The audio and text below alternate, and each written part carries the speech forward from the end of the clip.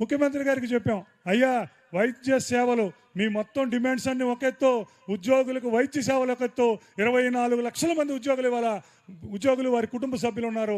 గత 6 సంవత్సరాలుగా ఉద్యోగుల వైద్య సేవలకు సంబంధించి ఒక్క పని కూడా జరగట్లేదు. హాస్పిటల్కి ఒక మామూలు వ్యక్తో, వేరుశనకాయలు అమ్ముకునే వ్యక్తో, ఒక మామూలు సిటిజనో డబ్బులు కట్టని వ్యక్తి వెళ్తే వెల్కమ్ బ్రదర్ అని చెప్పి లోపల తీసుకెళ్ళి పనిచేస్తున్నారు, తప్పు కాదు.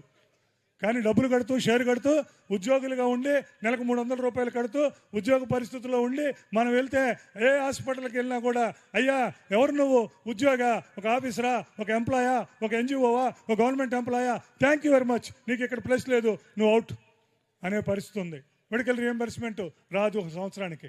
మళ్ళీ ఇంకో సంవత్సరానికి బిల్లు పెట్టుకుంటే 1,00,000 పెట్టుకుంటే 30,000కి వచ్చే పరిస్థితి.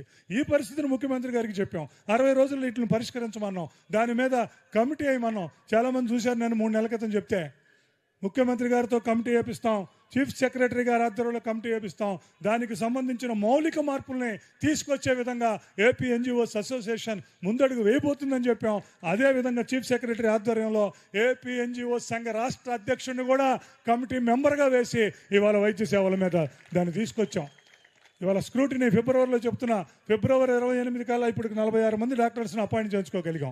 ఫిబ్రవరి 28 కల్లా స్క్రూటినీలో 8 నెలలు, 9 నెలలు, 10 నెలలు. ఇప్పుడు జీపీఎఫ్లో కనుక సంవత్సరం, 2 సంవత్సరాలు, 3 సంవత్సరాల నుంచి 0-1కి తీసుకొచ్చాం. Group insurance, LI, GPGLI, CPS employees contribution 3,200 కోట్లు ఉంది.